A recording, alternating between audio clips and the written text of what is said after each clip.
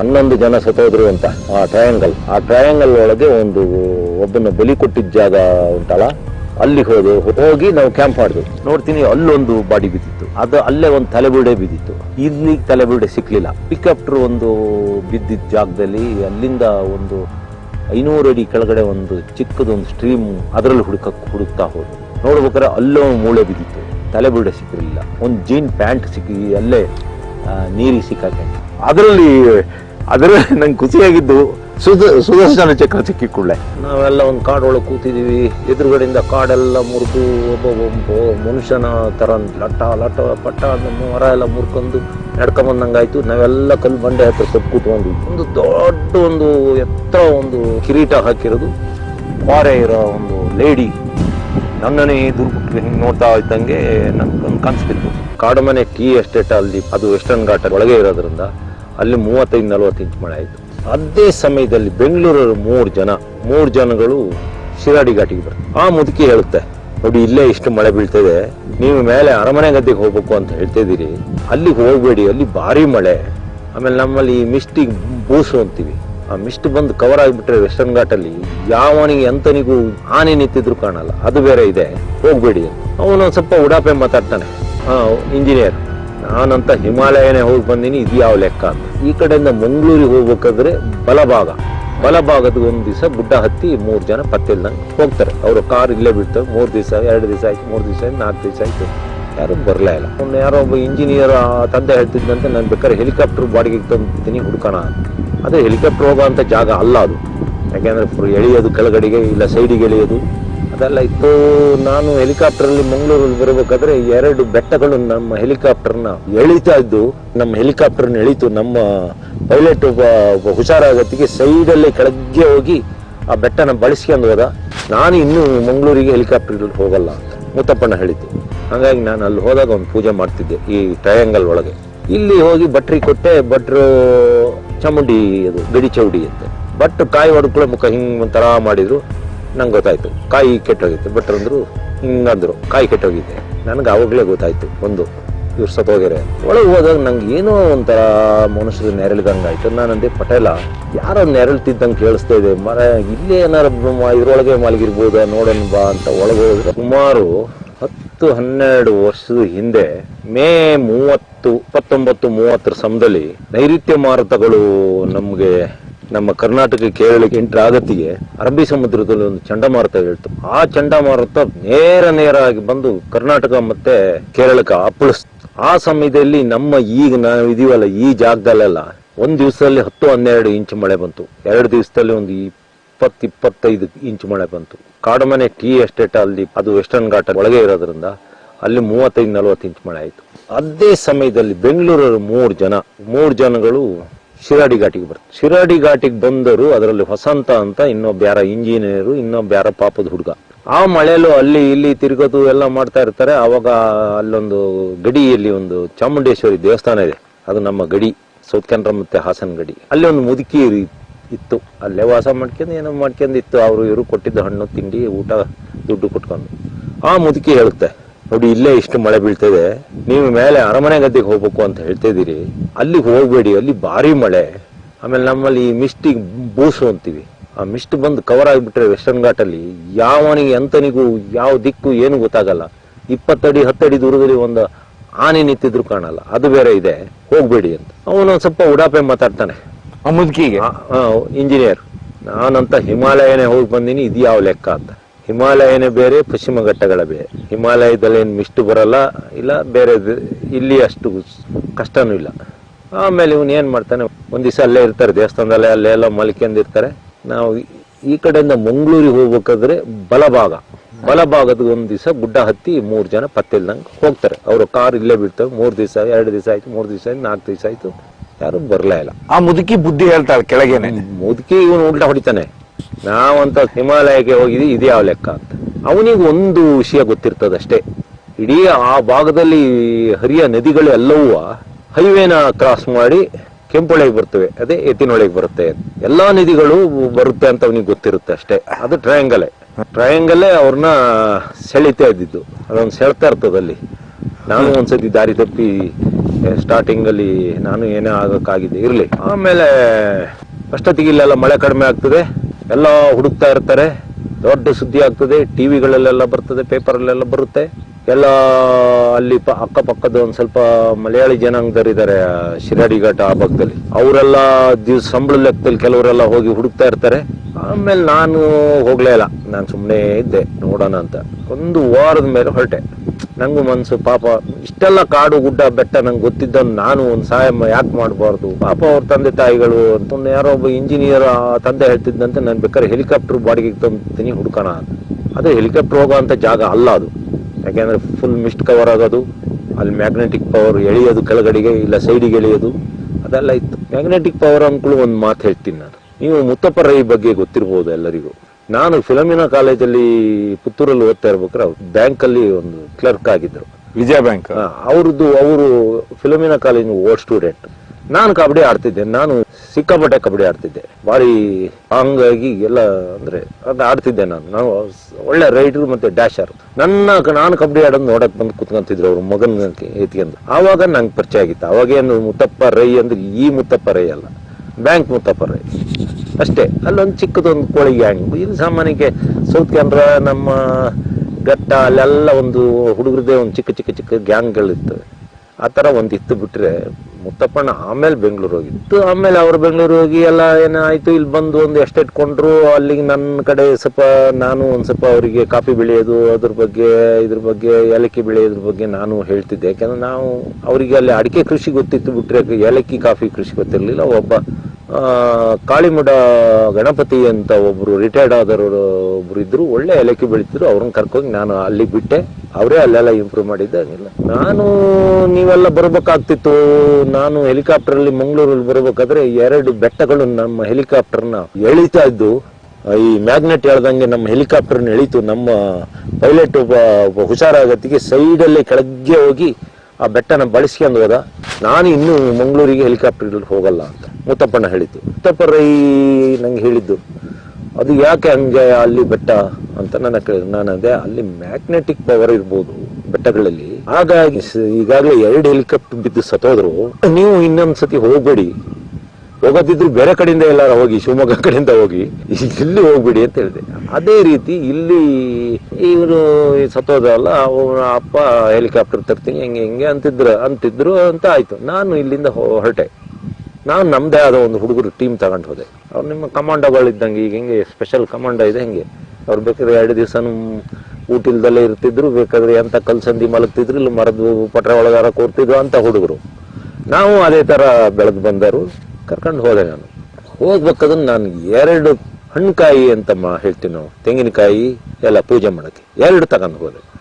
ಒಂದು ಬೆಟ್ಟದ ಮೇಲೆ ನಂಗೆ ಅಲ್ಲಿ ಏನೋ ಒಂದು ಹಿಂದೆ ಒಂದು ಘಟನೆ ನಡೆದಿತ್ತು. ಹಾಗಾಗಿ ನಾನು ಅಲ್ಲಿ ಹೋದಾಗ ಒಂದು ಪೂಜೆ ಮಾಡ್ತಿದ್ದೆ ಈ ಟ್ರಯಾಂಗಲ್ ಒಳಗೆ. ಇಲ್ಲಿ ಹೋಗಿ ಭಟ್ರಿ ಕೊಟ್ಟೆ. ಭಟ್ರು ಚಾಮುಂಡಿ ಅದು ಗಡಿ ಚೌಡಿ ಅಂತ ಬಟ್ ಕಾಯಿ ಹೊಡ್ಕೊಳ್ಳೋ ಮುಖ ಹಿಂಗ್ ಒಂಥರ ಮಾಡಿದ್ರು. ನಂಗೆ ಗೊತ್ತಾಯ್ತು ಕಾಯಿ ಕೆಟ್ಟೋಗಿತ್ತು. ಭಟ್ರಂದ್ರು ಹಿಂಗಂದ್ರು ಕಾಯಿ ಕೆಟ್ಟೋಗಿದೆ. ನನ್ಗೆ ಅವಾಗ್ಲೇ ಗೊತ್ತಾಯ್ತು, ಒಂದು ಇವ್ರು ಸತ್ತೋಗ್ಯಾರೆ. ಸುಮ್ಮನೆ ಒಂದಂಗೆ ನಾನು ಇದು ಮಾಡಿದ್ದೆ. ಆಮೇಲೆ ನಾನು ಇವರೆಲ್ಲ ಅಲ್ಲಿ ಆ ಗಡಿ ದೇವಸ್ಥಾನದಿಂದ ಘಟನೆ ನಂಗೆ ಅದು, ನಾನು ಅಲ್ಲಿ ಟ್ರೆಕ್ಕಿಂಗ್ ಹೋಗ್ಬೇಕಾದ್ರೆ ಅಲ್ಲೊಂದು ಬೆಟ್ಟದ ಮೇಲೆ ಒಂದು ಹುಲಿ ಗುಹೆ ಇದೆ, ಅದು ಶೋಲಾ ಬೆಟ್ಟ. ಅದರಿಂದ ಕೆಳಗೆ 100-200-300 ಅಡಿ ಎಲ್ಲ ಸುತ್ತಮುತ್ತ ಒಂದು 500 ಅಡಿ ಸುತ್ತಳತೆ ಎಲ್ಲ ಬಯಲ್ ಜಾಗ. ಅಲ್ಲೊಂದು ಗುಹೆ, ಆ ಗುಹೆ ಹತ್ರ ನಾವು ಗುಹೆ ಒಳಗೆ ಮಲಗ್ತಿದ್ದು. ಅಲ್ಲಿಗೆ ಹೋಗೋಣ ಅಂತ ನಾವು ಇಲ್ಲಿ ಕಾಡಮನೆ ಎಸ್ಟೇಟ್ ಅವರಿಗೆ ಜೀಪಲ್ಲಿ ಹೋಗಿ ಅಲ್ಲಿಂದ ಒಂದು 15-20 ಕಿಲೋಮೀಟರ್ ನಡೆದು ಹೋಗ್ತಿದ್ ನಾವು. ಅದು ಶೋಲಾ ಬೆಟ್ಟಗಳ ಕಾಡು, ಇಳಿಯೋದು ಹತ್ತೋದು, ಆನೆ ದಾರಿ ಎಲ್ಲ.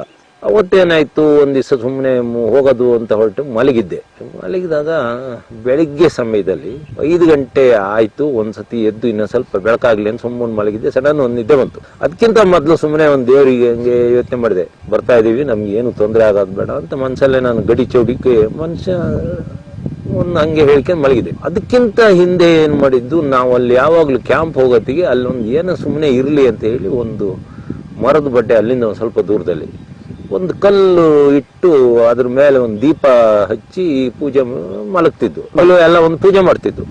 ಅವತ್ತಿಂದ ಇಲ್ಲದೆಲ್ಲ ಒಂದೊಂದು ಚಿಕ್ಕ ಚಿಕ್ಕ ಚಿಕ್ಕ ಚಿಕ್ಕ ಚಿಕ್ಕ ಪ್ರಾಬ್ಲಮ್ಗಳು ಬರಕ್ ಶುರು. ಅದು ಒಂದ್ ದಿವಸ ನಾವೆಲ್ಲ ಒಂದು ಕಾಡೊಳಗೆ ಕೂತಿದೀವಿ, ಎದುರುಗಡೆಯಿಂದ ಕಾಡೆಲ್ಲ ಮುರಿದು ಒಬ್ಬ ಮನುಷ್ಯನ ತರ ಲಟ ಲಟ ಪಟ್ಟ ಅಂತ ಮರ ಎಲ್ಲ ಮುರ್ಕೊಂಡು ನಡ್ಕೊಂಬಂದಂಗಾಯ್ತು. ನಾವೆಲ್ಲ ಕಲ್ಲು ಬಂಡೆ ಹತ್ರ ಕೂತ್ಕೊಂಡು ಏನಿರ್ಬೋದು, ಹುಲಿ ಆದ್ರೆ ಇಷ್ಟು ಶಬ್ದ ಮಾಡ್ಕೊಂಡ್ ಬರಲ್ಲ, ಕಾಡ್ಕೊಂಡ್ಗಳದ್ದು ಬರೋದೇ ಇಲ್ಲ. ಆನೆ ಬರೋದಾದ್ರೆ ಮೇಲೆ ಮರ ಎಲ್ಲ ಮುರ್ಕೊಂಡ್ ಬರುತ್ತೆ ಲಾಟಪಟ್ಟ ಅಂತ.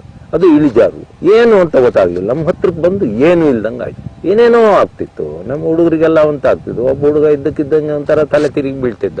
ಆಮೇಲೆ ಎಲ್ಲ ಟ್ರಯಾಂಗಲ್ ಒಳಗೆಯ ಕಾಡು ಮುರ್ಕೊಂಡ್ ಬಂತು. ನಮ್ಮಲ್ಲಿ ನಾವೆಲ್ಲ ರೆಡಿ ಆಗಿದ್ದು, ಕತ್ತಿ ಎಲ್ಲ ಹಿಡ್ಕೊಂಡು ಏನಾರ ಬಂದು ನಮ್ ದಾಳಿ ಮಾಡ್ಬೋದು ಅಂತ. ಆದ್ರೆ ಯಾವ್ದೇ ಕಾರಣದಿಂದ ಹುಲಿ ಯಾವ ಪ್ರಾಣಿನೂ ಆ ರೀತಿ ಬರಲ್ಲ. ಮನುಷ್ಯರ ಮೇಲೆ ಬರೋದಾದ್ರೆ ಹತ್ರಕ್ಕೆ ಬಂದು ಒಂದು 10 ಅಡಿ ದೂರಕ್ಕೆ ಬಂದು ಅಲ್ಲಿಗೆ ಸ್ಟಾಪ್ ಆಯ್ತು. ಆಮೇಲೆ ಏನು ಹುಡುಕಿರೂ ಸಿಗ್ಲಿಲ್ಲ. ಆ ತರ ಘಟನೆಗಳಾಗ್ತವೆ. ಘಟನೆ ಹಿಂದೆ ಏನೋ ಒಂದು ಶಕ್ತಿ ಇದೆ ಅನಿಸ್ತಿತ್ತು. ಆಮೇಲೆ ಏನಿದೆ ವೆಸ್ಟರ್ನ್ ಘಾಟ್ ಆಗಿರ್ಬೋದು, ಕಾಡುಗಳು, ಅಲ್ಲಿ ಯಾವ್ದಾರ ಒಂದು ಶಕ್ತಿಗಳು ಅವ್ರದ್ದೇ ಆದ ಒಂದು ಜಾಗ ಮಾಡ್ಕೊಂಡಿರುತ್ತೆ. ಕೆಲವರು ಇದನ್ನೆಲ್ಲ ನಮ್ದೆಲ್ಲ ಇರ್ಬೋದು, ಇರ್ಬೋದು, ಆದ್ರೆ ನಮ್ಗೆಲ್ಲ ಅನುಭವ ಆಗಿದೆ. ಆಮೇಲೆ ಬೆಳಿಗ್ಗೆ 5 ಗಂಟೆ ಸುಮ್ಮನೆ ಅಲ್ಲಿ ಗಡಿ ಚೌಡಿಗೆ ನಾಳೆ ಬರ್ತಾ ಇದೀವಿ, ಬೆಳಿಗ್ಗೆ ಬರ್ತಾ ಇದೀವಿ, ನಮ್ಗೆ ಯಾರಿಗೆ ತೊಂದರೆ ಆಗಬಾರ್ದು ಅನ್ಕೊಂಡ್ ಮಲಗಿದ್ದೆ. ಅಲ್ಲೊಂದು ಜಾಗ ಇದೆ. ಅಲ್ಲೊಂದು ಜಾಗ ಅಂದ್ರೆ ಭಾರಿ ಹೈಟ್ ಪ್ಲೇಸು, ಶೋಲಾ ಬೆಟ್ಟನೇ. ಒಂದ್ ಕಡೆ ಸಿಕ್ಕಾಪಟ್ಟೆ ನೀರು ಹೊರಟು ಕೆಳಗಡೆ ಒಂದು 150-200 ಅಡಿ ಕೆಳಗಡೆಗೆ ಫಾಲ್ಸ್ ಇದೆ. ಆ ನೀರು ಹೋಗಿ ಶಿರಾಡಿ ಘಾಟಿಗೆ ಹತ್ರ ಹೋಗಿ ಅಲ್ಲಿ ಹೋಗ್ಬೇಕಾದ್ರೆ ನನಗೊಂದು ಕನ್ಸು ಬಿತ್ತು. ಸಡನ್ ಏನೋ ಒಂದು 5:30 ಕನ್ಸು ಬಿತ್ತು. ನಾನು ಎಲ್ಲಿ ಹೋಗ್ತೀವಿ ಅಲ್ಲೇ ಒಂದು ಮರದ ಬಡ್ಡೆ ಒಂದು ದೊಡ್ಡ ಒಂದು ಎತ್ತರ ಒಂದು ಕಿರೀಟ ಹಾಕಿರೋದು, ಕ್ವಾರೆ ಇರೋ ಒಂದು ಲೇಡಿ ನನ್ನನ್ನೇ ದುರ್ಬಿಟ್ಟು ಹಿಂಗೆ ನೋಡ್ತಾ ಇದ್ದಂಗೆ ನನ್ಗೊಂದು ಕನ್ಸು ಬಿತ್ತು. ಬೆಳಿಗ್ಗೆ ಸಡನ್ ಎಚ್ಚಾಯ್ತು. ಆಮೇಲೆ ನನ್ಗೆ ಅನಿಸ್ತು ಏನೋ ಇರ್ಬೋದು ಅಂತ ಸೀದಾ ಅಲ್ಲಿಗೆ ಹೋದ್. ಬೆಳಿಗ್ಗೆ ಶಕ್ತಿ ಅಂತ ಕೋರೆ ಇದು ಎಲ್ಲ ಇದ್ದು ಅಂದ್ರೆ ನಾವು ಚೌಡಿ ಅಂತೀವಿ, ಚೌಡೇಶ್ವರಿನೇ ಇರ್ಬಹುದು. ಯಾಕಂದ್ರೆ ನಾವು ಅಲ್ಲೇ ಕೆಳಗಡೆ 4 ಕಿಲೋಮೀಟರ್ ಕೆಳಗಡೆಯಲ್ಲಿ ಹೈವೇಲಿ ಪೂಜೆ ಮಾಡ್ತೀವಿ. ನಾವೆಲ್ಲ ದೇವ್ರ ನಂಬೋರು. ನಮ್ಮಲ್ಲಿ ನಮ್ಮ ಅಜ್ಜ ಮುತ್ತಜ್ಜನ ಕಾಲದಿಂದಲೂ ಇಲ್ಲಿ ಪೂಜೆ ಮಾಡ್ಕೊಂಡಿರೋ ಚೌಡಿಗಳು ಇದೆ ನಮ್ಮಲ್ಲಿ. ನೋಡಿ, ಅಲ್ಲಿ ನಾನು ಕೂತಲ್ಲಿ ಅಲ್ಲೊಂದು ಚೌಡಿ ಇದೆ. ನಾನು ಹಿಂದ್ಗಡೆ ನಮ್ಮ ಊರಲ್ಲಿ 2 ಚೌಡಿ ಇದಾವೆ. ಅಲ್ಲ, ವೆರಿ ಸ್ಟ್ರಾಂಗ್ ಚೌಡಿಗಳು. ನಾವು ಅದಕ್ಕೆಲ್ಲ ಬಲಿ ಕೊಡ್ತೀವಿ.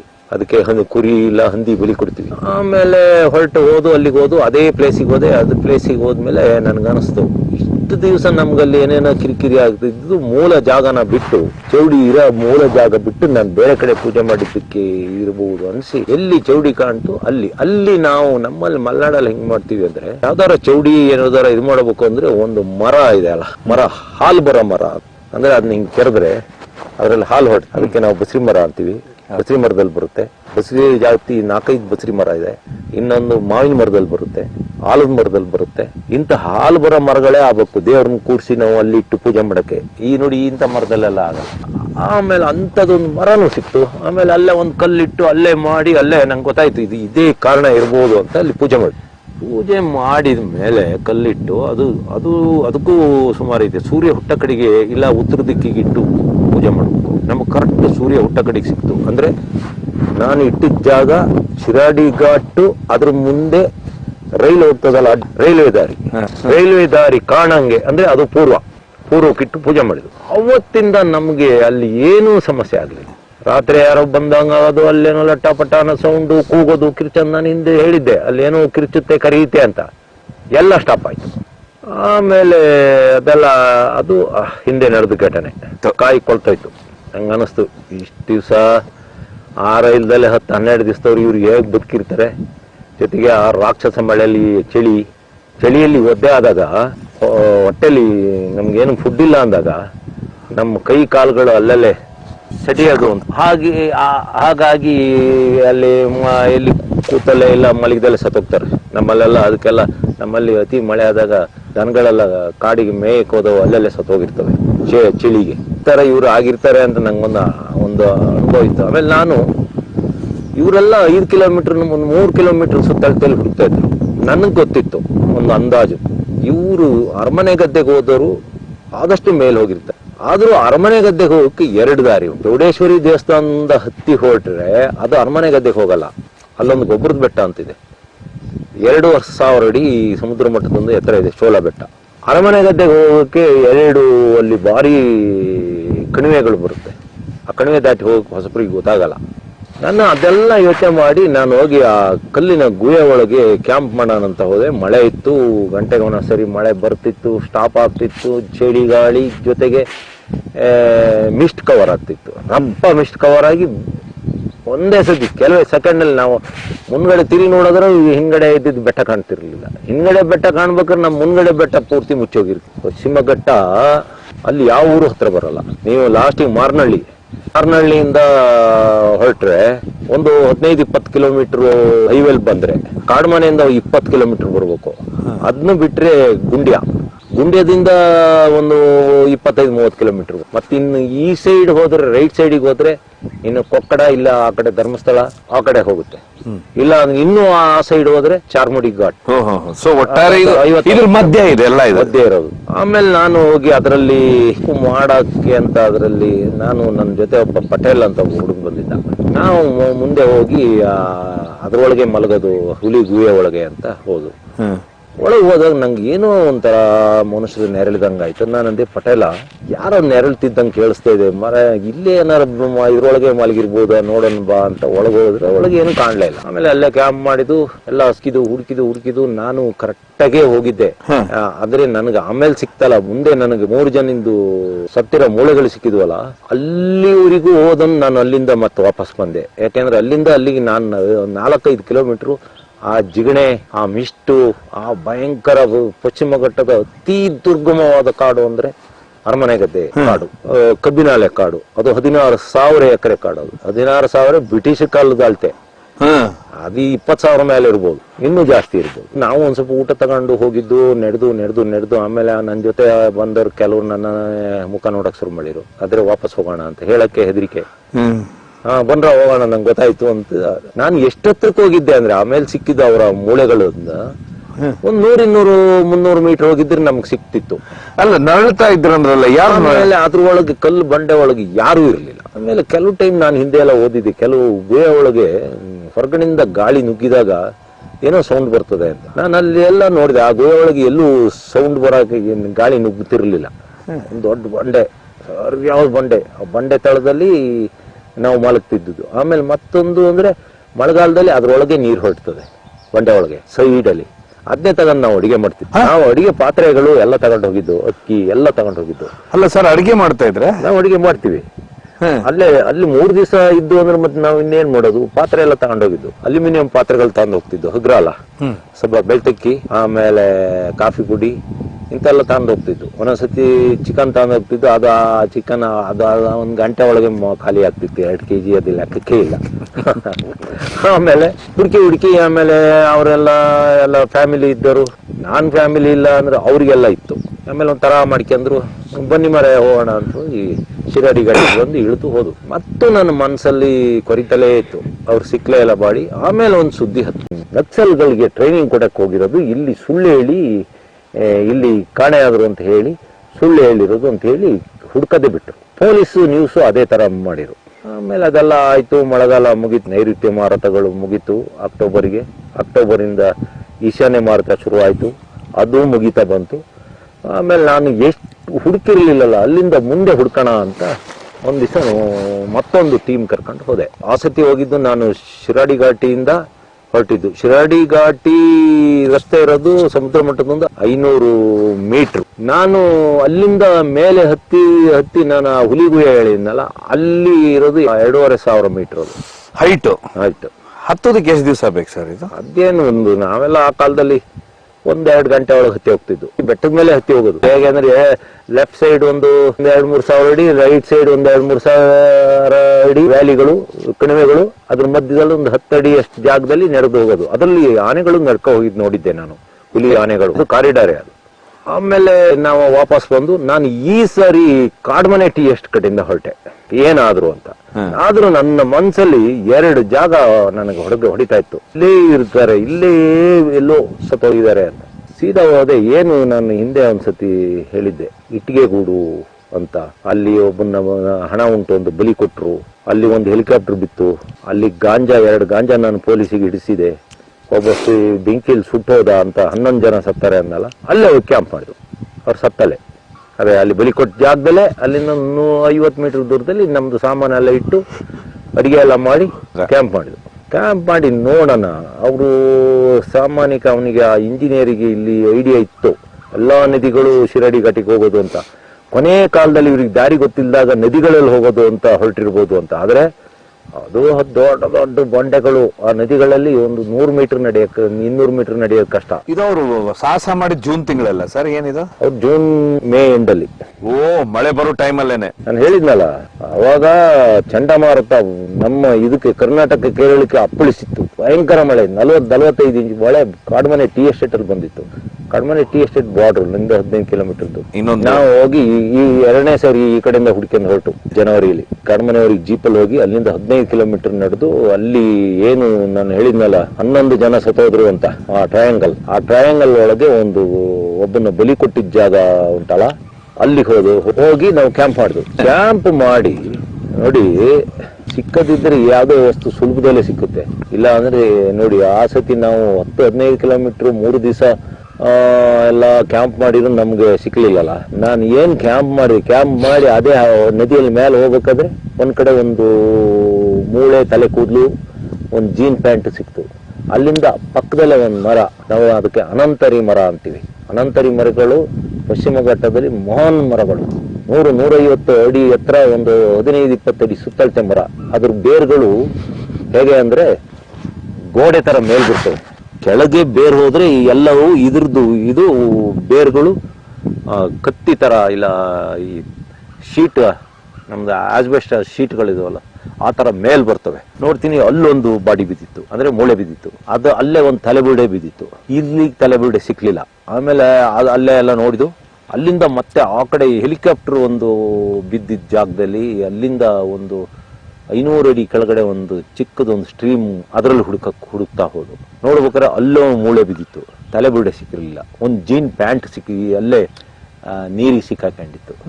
ನದಿಗಳಲ್ಲಿ, ಕಾಡುಗಳಲ್ಲಿ 2 ತರ ಇದೆ. ಒಂದು ಬೆಟ್ಟದಿಂದ ಬರೋ ಮಳೆ ನೀರು ಹರಿದು ಬರೋ ನದಿಗಳು, ಸ್ಟ್ರೀಮ್ಗಳು. ಇನ್ನೊಂದು ಕಾಡೊಳಗೆ ಅಂತರ್ಜಲ ಬಂದು ಭೂಮಿಯಿಂದಲೇ ಹೊರಡ ನೀರು, ನದಿಗಳು. ಆ ತರ ಇರುತ್ತೆ. ಹೊರಗಡೆಯಿಂದ ಬಂದ ನೀರುಗಳು ಭಾರಿ ರಭಸಾಗ ಹರಿತವೆ ಬೆಟ್ಟಗಳ ಮೇಲಿಂದ ಬಿದ್ದಿದ್ದು. ಅದೇ ಕಾಡುಗಳಿಂದಲೇ ನೀರು ಹುಟ್ಟಿ ಬರೋದು ಅದು ಅಷ್ಟು ರಭಸ ಹುಟ್ಟ ಇದ್ದಿಲ್ಲ. ಯಾಕೆಂದ್ರೆ ಅಲ್ಲಿ ತಳದಿಂದ ಒಳಗಿಂದ ನೀರು ಎಷ್ಟು ಬರ್ತದೆ ಅದೇ ತರ. ಆ ನೀರು ನಾನು ನೋಡಿದ ಜಾಗ ಅದು 2ನೇ ವಸಂತ ನನ್ನ ಬಾಡಿ ಬಿದ್ದಿತ್ತಲ್ಲ, ಅದು ವಸಂತ ಅವನೇ ಅಂತ ಗೊತ್ತಾಗಿದ್ದು ಕತೆ. ಅದು ಮತ್ತೆ ಹೇಳ್ತೀನಿ. ಆಮೇಲೆ ಅಲ್ಲಿ ಇದು ಬಿದ್ದಿತ್ತು, ತಲೆಬುರುಡೆ ಇತ್ತು, ಜಾ ಇರಲಿಲ್ಲ, ಕೆಳಗಡೆ ಇದಿರಲಿಲ್ಲ. 3 ಸಿಕ್ಕಿದ್ದು. ಸೀದಾ ಬಂದು ಫೋನ್ ಮಾಡಿದೆ. ಅಲ್ಲೊಂದ್ ಕಡೆ ಎತ್ತರ ನಿಂತ್ರೆ ಹೆಲಿಕಾಪ್ಟರ್ ಬಿದ್ದಿದ್ದ ಜಾಗದಿಂದ ಮೇಲೆ ಹತ್ತಿ ನಿಂತ್ಕಂದ್ರೆ ಒಳ್ಳೆ ನೆಟ್ವರ್ಕ್ ಸಿಗ್ತದೆ. ಇನ್ಸಿಡೆನ್ಸ್ ಅಂತಲ್ಲ, ಕಾಕತಾಳೀಯ. ಫೋನ್ ಮಾಡಿದೆ. ಅವಾಗ ನನ್ನ ಬ್ರದರ್ ಇಲ್ಲಿ JDS MLA ಸಕಲೇಶ್ಪುರದಲ್ಲಿ. ಫಸ್ಟ್ ಅವ್ರಿಗೆ ಫೋನ್ ಮಾಡಿದೆ. ಆಯ್ತು, ನಾನು ಬೇರೆ ಎಲ್ಲ ಇದು ಮಾಡ್ತೀನಿ, ಪೊಲೀಸ್ಗೆಲ್ಲ ಫೋನ್ ಮಾಡ್ತೀನಿ, ಟಿವಿ ಇವರಿಗೆಲ್ಲ ಮೀಡಿಯಾದವ್ರಿಗೆ ಫೋನ್ ಮಾಡ್ತೀನಿ, ನೀವು ಅಲ್ಲೇ ಇರಿ ಅಂತ ಅವ್ರು ಹೇಳಿದ್ರು. ನಾವು ಅಲ್ಲೇ ಕ್ಯಾಂಪ್ ಮಾಡಿದ್ದು. ಅಷ್ಟೊತ್ತಿಗೆ ನಂಗೊಂದು ಫೋನ್ ಬಂತು. ನೋಡಿ ಹೇಗೆ ಆಗ್ತದೆ ಅಂದರೆ, SI ಫೋನ್ ಮಾಡಿದ್ರು, ಕುಮಾರಸ್ವಾಮಿ ಅಂತ SI. ನನ್ನ ಗೌಡ್ರೆ ಅಂತಿದ್ರು. ನನಗೆ ಭಾರಿ ಆತ್ಮೀಯ, ಒಳ್ಳೆ ಮನುಷ್ಯ. ಯಾವನ್ನು ಬಿಡ್ತಿರ್ಲಿಲ್ಲ, ಯಾವನಾದ್ರೂ ಹಿಡ್ಕೊಂಡು ತಪ್ಪು ಮಾಡಿ ಹೊಡಿತಿದ್ರು. ನನ್ನ ಹತ್ರ ಭಾರಿ ಚಂದ ಇದೆ. ನಾನು ಸುಮಾರು ಕೇಸೆಲ್ಲ ಕಳ್ಳರನ್ನೆಲ್ಲ ಹಿಡ್ಕೊಟ್ಟಿದ್ದೀನಿ. ಪೊಲೀಸ್ನವ್ರು ಹಿಡ್ಕೊಡೋಕ್ಕಿಂತ ಕಳ್ಳರನ್ನ ನಾವು ಹಿಡ್ಕೊಳ್ಳೋದು. ಪೊಲೀಸ್ನವರು ಆಮೇಲೆ ತಗೊಳೋದು. ನಮ್ಮ ಏರಿಯಾದಲ್ಲಿ ಸಕಲೇಶ್ಪುರ ಈ ಮೂಡಿಗೆರೆ ಪಕ್ಕದಲ್ಲಿ, ಅದು ಬೇರೆ ಕಡೆ ಬಿಡಿ. ಆಮೇಲೆ ನೋಡ್ರೆ ಏನು ಸರ್, ಇವರೇ ನಿಮ್ಗೆ ಫೋನ್ ಮಾಡೋಣ ಅಂತಿದ್ದೆ. 3 ಜನ ಸತ್ತೋದ್ರಲ್ಲ ಟ್ರೆಕ್ಕಿಂಗ್ ಹೋದವರು, ಅವ್ರ ಬಾಡಿ ಸಿಕ್ಕಿದೆ. 3 ಜನ ಇದ್ದು ಸಿಕ್ಕಿದೆ. ನಾನು ಅದೇ ಸ್ಪಾಟಲ್ಲಿ ಇದ್ದೀನಿ. ನಾನು 100 ಮೀಟ್ರ್ ನನ್ನ ಬೆನ್ನ ಭಾಗದಲ್ಲಿ ಅವರು 2 ಜನ ಬಾಡಿ. ನನ್ನ ರೈಟ್ ಸೈಡಿಗೆ ನಾನು ಮುಖ ಪೂರ್ವಕ್ಕೆ ಹಾಕೊಂಡಿದ್ದೀನಿ. ರೈಟ್ ಸೈಡಿಗೆ ಒಂದು 500,000 ಅಡಿ ಕೆಳಗಡೆ ಒಬ್ಬನ ಬಾಡಿ. ಎಲ್ಲ ನದಿ ಒಳಗೆ ಸಿಕ್ಕಿದಾವೆ, ಚಿಕ್ಕ ಚಿಕ್ಕ ನದಿಯಲ್ಲಿ. ಹಂಗ ಅಂದ್ಕೂಡ್ಲೆ, ಅಲ್ಲ ಗೌಡ್ರೆ, ನಾನು ಆ ಇಂಜಿನಿಯರ್ ಇದನ್ನಲ್ಲ ಅವನ ಮನೇಲೆ ಹೋಗಿ ಕೂತಿದ್ದೀನಿ, ಅವ್ರ ಅಪ್ಪನ ಎದುರಿಗೆ ಕೂತಿದ್ದಾರೆ ನೋಡಿ. ಈಗ ಟಿವಿಯಲ್ಲಿ ಬರಕ್ ಶುರುವಾಯ್ತು ಇದು ನ್ಯೂಸು. ದೊಡ್ಡ ಸುದ್ದಿ ಆಗಿತ್ತು, ಭಾರಿ ದೊಡ್ಡ ಸುದ್ದಿ. ಇಡೀ ಸ್ಟೇಟಲ್ಲೆಲ್ಲ ಬರ್ತಲೇ ಇರ್ತಿತ್ತು. ಯಾಕೆಂದ್ರೆ ಇವರೆಲ್ಲ ನಕ್ಸಲಿಗೆ ಹೋಗಿ ನಕ್ಸಲಿಗೆ ಟ್ರೈನಿಂಗ್ ಕೊಡ್ತಾ ಇದ್ದಾರೆ ಅಂತ ಪೊಲೀಸ್ನವರು ಸುದ್ದಿ ಮಾಡಿದ್ರಲ್ಲ. ನೋಡಿ ಗೌಡ್ರೆ, ಹಿಂಗೆ ನೋಡಿ, ಅವ್ರ ತಂದೆ ಇದ್ದಾರೆ ಅಲ್ಲಿ ಮಾತಾಡ್ತಾರೆ ಅಂತ. ತಂದೆ ಅಳ್ತಾ, ಏನಾಯ್ತು ಹೇಳಿ ಗೌಡ್ರೆ ಅಂತ. ಅವರು ನನ್ನ ಗೌಡ್ರೆ ಅಂದ್ರೆ, ಅವ್ರು ನಾನೇನು ನೋಡಿರ್ಲಿಲ್ಲ. ನಾನು ಹುಡ್ಕಕ್ ಹೋಗಿದ್ದೆ, ಅವ್ರಿಗೆ ಗೊತ್ತಿತ್ತು ಆ ಸಮಯದಲ್ಲಿ, ಜೂನ್ ತಿಂಗಳಲ್ಲಿ. ಅವ್ರು ಕೇಳಿದ್ದಿಷ್ಟೇ, ಬಾಡಿ ಸಿಕ್ತಾ ಎಷ್ಟು ಜನಕ್ಕೆ ಸಿಕ್ತು? 3 ಜನಿಂದ. ಹಂಗೆ ಅಂದುಕೊಳ್ಳೆ ಹಳ್ಳಕ್ಕೆ ಶುರು ಮಾಡಿದ್ರು. ನೋಡಿ ಇನ್ಸ್ಪೆಕ್ಟ್ರೆ, ನನ್ನ ಮಗ ದೇಶದ್ರೋಹಿ ಅಲ್ಲ, ಹಂಗಂಚೂರು ಕಣ್ಣಲ್ಲಿ ನೀರು ಬಿಡ್ತಾ ಇದೆ. ದೇಶದ್ರೋಹಿ ಅಲ್ಲ ನನ್ನ ಮಗ ಅಂತ ಕೀಳು ಕೆಲಸ ಮಾಡೋನಲ್ಲ, ಅವನು ನಕ್ಸಲ್ಗಳಿಗೆ ಯಾವುದೇ ಕಾರಣದ್ದು ಟ್ರೈನಿಂಗ್ ಕೊಡೋನಲ್ಲ. ನೋಡಿ ಅವನು ಸತ್ತೋಗೇನೆ, ನನಗೆ ದುಃಖ ಆಗ್ತಾ ಇಲ್ಲ, ಅವನು ಸತ್ತೋಗಿದ್ದು ಕೇಳಿ ಸಂತೋಷ ಆಗ್ತಾಯಿದೆ ಅಂತ ಹೇಳಿ SI ಕೊಟ್ಟರು. SI ಇದ್ದರು ನಾನು ಬರ್ತೀನಿ ಕೊಡ್ರೆ, ನಂಗೆ ಇವತ್ತು ಬರೋಕ್ಕಾಗಲ್ಲ, ನಾಳೆ ಬರ್ತೀನಿ. ಆಮೇಲೆ TVಯರೆಲ್ಲ ನನ್ನ ಜೀವ ತಿಂದರು ಎಲ್ಲ ಹೇಳಿ ಸಾಕಾಯ್ತು. ಅವಾಗ ವಾಟ್ಸಪ್ ಮಾಡೋದು ಅಂತ ಇರಲಿಲ್ಲ, ಎಲ್ಲ ಅವಾಗೆಲ್ಲ ಇದ್ದವು ಇಷ್ಟಪದ್ದು. ಆಮೇಲೆ SP ಫೋನ್ ಬಂತು. ಇನ್ನು ಎಲ್ಲ ಪೊಲೀಸ್ನವರೆಲ್ಲ ಏನು ಮಾಡೋದು ಸರ್, ಏನು ಮಾಡೋದು ಸರ್? ನಾನಂದೆ ಎಲ್ಲ ಮನೇಲಿ ಮಲ್ಕೊಂಡು ನಾಳೆ ಬೆಳಿಗ್ಗೆ ಬನ್ನಿ, ನಿಮಗೆ ನಡ್ಕೊ ಬರೋಕೆ 15 ಕಿಲೋಮೀಟ್ರ್ ಸಾಧ್ಯ ಇಲ್ಲ. ಈಗಾಗಲೇ ಆಯಿತು 12-1 ಗಂಟೆ ಆಯಿತು, ನಿಮ್ಮ ಕೈಯಲ್ಲಿ ಸಾಧ್ಯ ಇಲ್ಲ. ನಾವು ಅಲ್ಲೇ ಮಲಗಿದ್ದೀವಿ, ಅಲ್ಲಿಂದ ಒಂದು 50 ಮೀಟ್ರ್ ದೂರದಲ್ಲಿ 2 ಜನ ಸತ್ತಾರಲ್ಲ, ಅಲ್ಲೇ ಮಲಗಿವಿ, ಅಲ್ಲೇ ಮಲಗ್ತೀವಿ, ನಮಗೇನು ಹೆದರಿಕಿಲ್ಲ. ನಾವು ಅಡುಗೆ ಮಾಡಿ ಆಯಿತು, ಚಿಕನ್ ಫ್ರೈ ಮಾಡಿ ಆಯಿತು, ನೀವು ನಿಧಾನಕ್ಕೆ ಬನ್ನಿ ಅಂತ ಬಂದ್ರಪ್ಪ. ಬೆಳಿಗ್ಗೆ ಎಲ್ಲ ನಾನೊಂದು ಅದರಲ್ಲಿ ಒಂದು ತಪ್ಪು ಕೆಲಸ ಮಾಡಿದ್ದೆ. ನಾನು ನನ್ನ ಹತ್ರ 2 ಇದು ಅಲ್ಲದಲ್ಲಿ ಇನ್ನೊಂದು ಚೈನ್ ಇತ್ತು, 2 ಹಾಕೊಂಡ್ಬಂದಿದ್ದೆ. ಆಯ್ತಾ? ಅದು ಎಷ್ಟು ತಲೆಬಿಸಿ ಆಗ್ತದೆ ಅಂದ್ರೆ, ಅಷ್ಟು ನನಗೆ ಒಂದು ತಿಂಗಳು ಭಾರಿ ಬೇಜಾರಾಯ್ತು. ಅಂದ್ರೆ ತಿಂಗಳಲ್ಲ 15 ದಿವಸ. ಆಮೇಲೆ ಸೀದಾ ಎಲ್ಲ ಬಂದ್ರು. ಅವನ ಯಾರ ಇಂಜಿನಿಯರ್, ಅವನ ಹೆಸರು ಮರ್ತೋಯ್ತು ನಂಗೆ. ಅವನು ಹಸಂತ, ನನ್ನ ತಮ್ಮ, ಇನ್ನೊಬ್ಬ ಎಲ್ಲ ಬಂದ್ರು. ಅಲ್ಲ ಸರ್, ಇಂಜಿನಿಯರ್ ಯಾರು? ಹಿಮಾಲಯಕ್ಕೆ ಹೋಗಿದ್ದೆ ಅಂತ ಹೇಳಿದ್ದೆ. ಅವ್ನು ಸತ್ತಿದಾನೀಗ. ಅವನು ಸತ್ತ, ಅವನ ಜೊತೆ ಹಸಂತ ನನ್ನ ಸತ್ತ, ಅವ್ರದೆಲ್ಲ ಮೂಳೆ ಅಲ್ಲೇ ಬಿದ್ದವೆ. ಆಮೇಲೆ ಏನಾಯ್ತು, ಬಂದ್ರು SP ರಾಣೆ ಅಂತಿದ್ರು. ಪೊಲೀಸು ಎಲ್ಲ ಬಂದ್ರು. ಒಳ್ಳೆ ಮನೆಯಲ್ಲೆಲ್ಲ ಮಾಲಿಗೆ ಬೆಳಗ್ಗೆ ಸ್ನಾನ ಮಾಡ್ಕೊಂಡು ಬಂದ್ರು. ನಾವೆಂತ ಕುಸ್ಲಕ್ಕೆ ಗಂಜಿ ಮಾಡಿ ಊಟ ಮಾಡ್ಕೊಂಡು ಕೂತಿದ್ದು. ನಾವು ಅಲ್ಲೇ ಅವ್ನು ಬಲಿ ಕೊಟ್ಟು ಆಮೇಲೆ 3 ಜನ ಸತ್ತಿದ್ರಲ್ಲ ಆ ಜಾಗದಲ್ಲೇ ಇದ್ರ. ಅಲ್ಲಿಂದ ಒಂದು 50 ಮೀಟರ್ ದೂರದಲ್ಲಿ ನಾವು ಕಾಡೊಳಗೆ ಎಲೆ ಎಲ್ಲ ಇದು ಮಾಡಿ, ಕಲ್ಲೆಲ್ಲ ತಂದು ಒಲೆ ಮಾಡಿ, ಅಲ್ಲೇ ಅಡಿಗೆ ಮಾಡಿ, ರಗ್ಗೆಲ್ಲ ತಾಂದೋಗಿರ್ತಿದ್ವಲ್ಲ, ಮಲಗಿದ್ದು ಆರಾಮಾಗಿ. ಬಂದ್ರು ಸರ್ ಅಲ್ಲಿ ಕಾಡ್ಮನೇರಿಗೆ ಗೊತ್ತಿತ್ತು, ಕಾಡ್ಮನೆ ಎಸ್ಟೇಟ್ನಲ್ಲಿ ಇಟಿಗೆ ಗೂಡು ಅಂದ್ರೆ ಅವ್ರಿಗೆ ಗೊತ್ತು. ಅಲ್ಲೊಂದು ಕುದುರೆ ದಾರಿ ಇದೆ, ಹಿಂದೆ ಬ್ರಿಟಿಷರು ಮಾಡಿ. ಇವ್ರು ನಡ್ಕೊಂಡೇ ಬಂದ್ರ ಸರ್? ನಡ್ಕೊಂಡ್ ಬಂದ್ರು, ಬರ್ಲೇಬೇಕಲ್ಲ, ಇಲ್ಲ ಅಂದ್ರೆ ಇನ್ನೇನು, ಅದರಲ್ಲೂ ಪೊಲೀಸ್ನವ್ರು ಬರ್ಲೇಬೇಕಲ್ಲ. ನಾನು ರಾತ್ರಿ ಸಾಯಂಕಾಲ ಬಂದ್ರಿ ಅಂದಿದ್ರು, ಎಲ್ಲರೂ ಪಾಪ ರಾತ್ರಿಯಲ್ಲಿ ಬಂದು ಇವರು ಮಲಗದಲ್ಲಿ ಏನೇನಾಗ್ತಿತ್ತ. ಅದೇ ಬೇಡ, ಎಲ್ಲ ಆರಾಮಾಗಿ ಬನ್ನಿ, ನಾವು ಮಲಗ್ತೀವಿ, ನಮ್ಗೇನು ಹೆದರಿಕಿಲ್ಲ ಅಂತ ಹೇಳಿ ಬಂದ್ರು. ಬಂದ ಕೂಡಲೇ ಅದು ಪಾಪ ಅವನು ತಪ್ಪಲ್ಲ, ಆದ್ರೆ ಅವ್ನು ಹೇಳಿದ ಮಾತು ನಂಗೆ ಸ್ವಲ್ಪ ಒಂದು 2 ಗಂಟೆ 3 ಗಂಟೆವರೆಗೆ ನಾನು ಭಾರಿ ಬೇಜಾರದಲ್ಲಿದ್ದೆ. ಅವ್ನು ಬಂದ, ನಾನೊಂದು ಇದೇ ತರ ಒಂದು ಹಾಕಿದ್ದೆ, ಒಂದು ಕೋಟ್ ಹಾಕಿದ್ದೆ, ನಾನು 2 ಚೈನ್ ಇಲ್ಲಿದ್ದು. ಅವನಂದ, ಅವನು ಪಾಪ ಅವ್ನು ಬೇರೆ ತರ ಹೇಳಿದ್ದು, ಅವನದೇನು ತಪ್ಪಿಲ್ಲ. ಅವನಂದ, ನನ್ನ ಅಣ್ಣನ ಕುತ್ತಿಗೆಯಲ್ಲಿ ಒಂದು ದೊಡ್ಡ 20 ಗ್ರಾಮ್ ಚೈನ್ ಇತ್ತು, ಅದರಲ್ಲಿ ಸುದರ್ಶನ ಚಕ್ರ ಇದೆ ಅಂತ, ಅದೇ ಗುರುತು ಅಂತ. ಅದೇನು ತಪ್ಪಿಲ್ಲ. ಪ್ರತಿ ನಾನು 2 ಚೈನ್ ಬೇರೆ ಇಲ್ಲೇ ತರ್ತಿದ್ದೇವೆ, ನನ್ನ ತಲೆಯಲ್ಲಿ ಏನು ಬಂತು, ಅವನು ಸತ್ತರ ಚೈನ್ ನಾನು ಹಾಕಿಬಿಟ್ಟಿದ್ದೀನಿ ಅಂತ ತಿಳ್ಕೊಬಿಟ್ನೇನೋ ಅಂತ. ಪೊಲೀಸು ಎಲ್ಲ ಇದ್ರು. ಆಯ್ತು ಬನ್ನಿ ನೋಡೋಣ ಅಂತ ಸೀದಾ ಹೋದು. ಫಸ್ಟು ನಾನು ಹೇಳಿದ್ನಲ್ಲ ಅನಂತರಿ ಮರ ಅಂತ, ದೊಡ್ಡ ಮರ, ಅದರದ್ದು ಬೇರುಗಳು ಹೀಗೆ ಮೇಲೆ ಬಂದಿದ್ದು 3-4 ಅಡಿ ಎಲ್ಲ. ಒಂದು ಕಡೆ ಒಂದು ಬೇರು ಸ್ವಲ್ಪ ಇಷ್ಟಿತ್ತು, ತಲೆ ಬಿಡ ಆ ಕಡೆ ಬಿದ್ದಿತ್ತು. ಅವೊಂದು ಬೇರೆ ಮೂಳೆಗಳು ಇತ್ತ ಬಿದ್ದು, ಅದನ್ನೆಲ್ಲ ಈ ಮುಳ್ಳಂದಿಗಳು ತಿನ್ನೋದು ಜಾಸ್ತಿ, ಕಾಡಂದಿಗಳು. ಮೂಳೆಗಳನ್ನ ಕೊಳತು ಮಾಂಸನೆಲ್ಲ ಕಾಡಂದಿ ಮುಳ್ಳಂದಿ ತಿಂದು ಹಾಕ್ಬಿಡ್ತಾರೆ, ಮೂಳೆ ಜಾಸ್ತಿ ಇರಲಿಲ್ಲ. ಆಮೇಲೆ ಸುಮ್ಮನೆ ಎಲ್ಲ ನೋಡ್ತಾ ಇದ್ದು. ಎಲ್ಲ ಬಂದರು, ಪೇಪರ್ನವರು ಎಲ್ಲ ಬಂದು ಸುತ್ತ ಹಿಂಗೆ ಬಂದಿದ್ರು. ನಾನು ಮುಂದೆ ನಿಂತಿದ್ದೆ. ಆಮೇಲೆ ನನಗೊಂದಿಷ್ಟುದ್ದ ಕೋಲ್ ತಗೊಂಡೆ. ಕೋಲ್ ತಗೊಂಡು ಆ ಕಡೆ, ಆಮೇಲೆ ಆ ಬೇರು, ಅದ್ರದ್ದು ಬೇರಿನ ಸ್ಕಿನ್ ಇರ್ತದಲ್ಲ ಮೇಲೆ ಸಿಪ್ಪೆ, ಅದು ಇಷ್ಟಗಳ ಕಪ್ಪಾಗಿ ಸುಟ್ಟೋಗಿತ್ತು. ಆಮೇಲೆ ನಾನು ಸುಮ್ಮನೆ ಅಂದಾಜು ಮಾಡಿದೆ, ಆ ಬೇರಿನ ಮೇಲೆ ಅವನ್ ತಲೆ ಇಟ್ಟು, ತಲೆ ಆ ಕಡೆ ಬಿದ್ದೋಗಿದೆ ಕೊಳ್ತು, ಈ ಕಡೆಗೆ ಅವನ್ ಚೈನ್ ಇರ್ಬೋದು, ಸುದರ್ಶನ ಚಕ್ರ ಇರ್ಬೋದು ಅಂತ ಒಂದಿಷ್ಟುದ್ದು ಕೋಲ್ ತಗೊಂಡೆ. ನೋಡಿ ಹೆಂಗ್ ಆಗ್ತವೆ ಅಂದ್ರೆ, ಕೆಲವೆಲ್ಲ ಶಕ್ತಿಗಳು ಇರ್ತವೆ. ನನಗೆ ಸುಮ್ಮನೆ ನಿಂತಿದ್ದೆ, ಎಲ್ಲ ಅಲ್ಲಿದೆ, ಅಲ್ಲಿರ್ಬೋದು, ಇಲ್ಲಿರ್ಬೋದು ಅಂತ. ಅದು ಸಿಕ್ಕಾಪಟ್ಟೆ ಆಮೇಲೆ ಎಲೆ ಬಿದ್ದಿತ್ತು. 6 ತಿಂಗಳು ಮಳೆಗಾಲದಲ್ಲಿ ಎಲೆ ಬಿದ್ದಿತ್ತಲ್ಲ. ಸತ್ತು ಎಷ್ಟು ದಿವಸ ಆಗಿತ್ತು ಸರ್? ಒಟ್ಟು ಜೂನ್ ಫಸ್ಟ್ ವೀಕಲ್ಲಿ ಸತ್ತೋಗಿರೋದು ಅವರು. ನಾವು ಹೋಗಿರೋದು ಜನವರಿಯಲ್ಲಿ. ಟೈಮ್ ಆಗ್ಬಿಟ್ಟಿದೆ, ಟೈಮ್ ಸಿಕ್ಕಾಪಟ್ಟೆ ಆಗಿದೆ ಅಲ್ಲ. ಇಲ್ಲೆಲ್ಲ ನಕ್ಸಲ್ ಹೋಗಿದಾರಂತೆ. ನಕ್ಸಲ್ ಟ್ರೈನಿಂಗ್ ಅಂತ ಪೊಲೀಸ್ ಇವರು ಮಾಡಿರೋದು. ಅವ್ನು ಸತ್ತೇ ಇಲ್ಲ, ಸುಳ್ಳು ಹೋಗೇ ಇಲ್ಲ ಅಂತ. ಯಾಕೆಂದ್ರೆ ಅವರಿಗೆ ಹಿಡಿಯಕ್ಕಾಗ ಮೇಲಿನ ಇವರಿಗೆ ಏನಾರು ಒಂದು ಸುಳ್ಳು ವರದಿ ಕೊಡ್ಬೇಕಲ್ಲ, ಒತ್ತಡ. ಒತ್ತಡ ಇರ್ತದೆ. ಆಮೇಲೆ ನನಗೊಂದು ಕೋಲ್ ತಗಂಡೆ, ಒಣಗಿದ್ದೊಂದು. ಸುಮ್ಮನೆ ಇದ್ದಕ್ಕಿದ್ದಂಗೆ ಇದೊಂದು ಜಾಗನ ಸುಮ್ಮನೆ ಅಲ್ಲೊಂದು ಇದಿತ್ತಲ್ಲ, ಎಲೆ ಕೆರೆಯನ ಅನ್ನಿಸ್ತು. ಕಟ್ಟಿಲಿ ಹಿಂಗೆ 2 ಸತಿ ಹಿಂಗೆ ಕೆರೆದ ಕೂಡಲೇ ಒಂದು ತಾಯ್ತ ಮೇಲೆ ಬಂತು. ಅವನ ತಾಯಿನೋ ಅವನ ಹೆಂಡ್ತಿನೋ ಪಾಪ ನಮ್ಮ ಮಗ ಇಲ್ಲ ನನ್ನ ಗಂಡ ಚೆನ್ನಾಗಿರ್ಲಿ ಅಂತ ಯಾವುದೋ ದೇವ್ರದ್ದು ಒಂದು ತಾಯ್ತ ಕಟ್ಟಿರೋದು. ತಾಯ್ತ ಸಿಕ್ತು. ತಾಯ್ತ ಸಿಕ್ಕ ಕೂಡ ಖುಷಿ ಆಯ್ತು ನನಗೆ. ತಾಯ್ತ ಸಿಕ್ತು, ಹಂಗಾದ್ರೆ ಇಲ್ಲೇ ಎಲ್ಲ ಚೈನ್ ಬಿದ್ದಿರ್ತದೆ ಅಂತ ಹೇಳಿ ಹಿಂಗೆ ಕೈಯಲ್ಲಿ ಕೆರೆದು ನೋಡ್ಬೇಕಾರೆ ಚೈನ್ ಸಿಕ್ತು. ಅದರಲ್ಲಿ ನಂಗೆ ಖುಷಿಯಾಗಿದ್ದು ಸುದರ್ಶನ ಚಕ್ರ ಸಿಕ್ಕಿ ಕೂಡಲೇ ಹಬ್ಬ, ನನ್ನೊಂದು ನಾನು ಹಾಕಿರೋ 2 ಚೈನ್ ಎಲ್ಲ ಅದು ಅವನ ಅಣ್ಣಂದು ಅಂತ ತಿಳ್ಕೊಂಡಿದ್ರೆ ಅಂತ ಅದೊಂದು ನಂಗೆ ತಲೆಯಲ್ಲಿತ್ತಲ್ಲ. ನೋಡಿ ಇಲ್ಲಿ ಸುದರ್ಶನ ಚಕ್ರ ಅಂತ. ಸಾರ್ ಇದೆ ನನ್ನ ಅಣ್ಣ ಅಂತ. ಹಂಗಾದ್ರೆ ಎಲ್ಲ ಪೂರ ಮೂಳೆ ಸ್ವಲ್ಪ ಮೂಳೆಗಳು ತಲೆ ಬುಲ್ಡೆ ಎಲ್ಲಾನು ಗಂಟು ಕಟ್ಟಿ ಅಂತ ಹೇಳಿ ಹಾಕಿ ಆಯ್ತು. ಇನ್ನೊಂದು ಬಾಡಿ ಹತ್ರಕ್ಕೋದು, ಅಲ್ಲಿಂದ ಅಷ್ಟು ತುರ್ಕು ಬಿದ್ದಿತ್ತು. ಅದ್ರಲ್ಲಿ ತಲೆ ಇರಲಿಲ್ಲ. ಆಮೇಲೆ ಅದನ್ನೆಲ್ಲ ಕೂದಲು, ಅವನದೊಂದು ಜೀನ್ ಪ್ಯಾಂಟ್ ಇತ್ತು, ಸ್ವಲ್ಪ ಮೂಳೆಗಳು ಎಲ್ಲವನ್ನು ಇನ್ನೊಂದು ಚೀಲಕ್ಕೆ ಹಾಕಿದ್ವು. ಆಮೇಲೆ ಇನ್ನೊಬ್ಬ ಅಲ್ಲಿ ಕೆಳಗೆ ಸತ್ತೋಗಿದ್ದಾನೆ, ಅವನು ನೋಡಕ್ ಹೋಗೋಣ ಅಂತ. ಈಗ ಒಬ್ಬ ಗ್ಯಾರಂಟಿ ಆಯ್ತಲ್ಲ, ಸುದರ್ಶನ ಚಕ್ರ 20 ಗ್ರಾಮ್ ಚೈನು ಎಲ್ಲ ಸಿಕ್ಕಿದ ಮೇಲೆ ನನಗೂ ತಲೆ ಬಿಸಿ ಆಯ್ತು. ಫಸ್ಟ್ ಅವ್ರಿಗೆ ಚೈನ್ ಹೊರಗೆ ಹಾಕಿದ್ದು ಹೊರಗೆ ಹಾಕಿದ್ದೆ, ಆಯ್ತಾ, ಅವಂದಲ್ಲ ಅಂತ ಆಯ್ತಲ್ಲ. ಆಮೇಲೆ ಇನ್ನೂ ಮಜಾ ಇದೆ ಕೇಳಿ. ಅಲ್ಲಿಂದ ಫಸ್ಟ್ ಹೆಲಿಕಾಪ್ಟರ್ 3 ಜನ ಸತ್ತಿದ್ರಲ್ಲ, ಅಲ್ಲಿಂದ ಕೆಳಗಡೆ ಒಂದು 200 ಅಡಿ ಒಂದು ವ್ಯಾಲಿಯಲ್ಲಿ ಇಳಿದು ಹೋದಾಗ ಅಲ್ಲಿ ಮೂಳೆಗಳು ಬಿದ್ದಿದ್ದು. ಅವೊಂದು ತಲೆ ಬುಲ್ಡೆ ಇತ್ತು, ಜಾ ಇರಲಿಲ್ಲ, ಕೆಳಗಡೆ ತೆಗೆದು ಎಲ್ಲ ಮೂಳೆಗಳು ಇರಲಿಲ್ಲ, ಎಲ್ಲ ತೆಗೆದು ಒಂದೊಂದು ಜೀನ್ ಚಡ್ಡಿ ಅದ್ರ ಮೇಲೆ ವ್ಯಾಂಗ್ಲರ್ ಅಂತ ನಾನು ಬರೆದಿತ್ತು, ಚಡ್ಡಿ ಸಿಕ್ತು.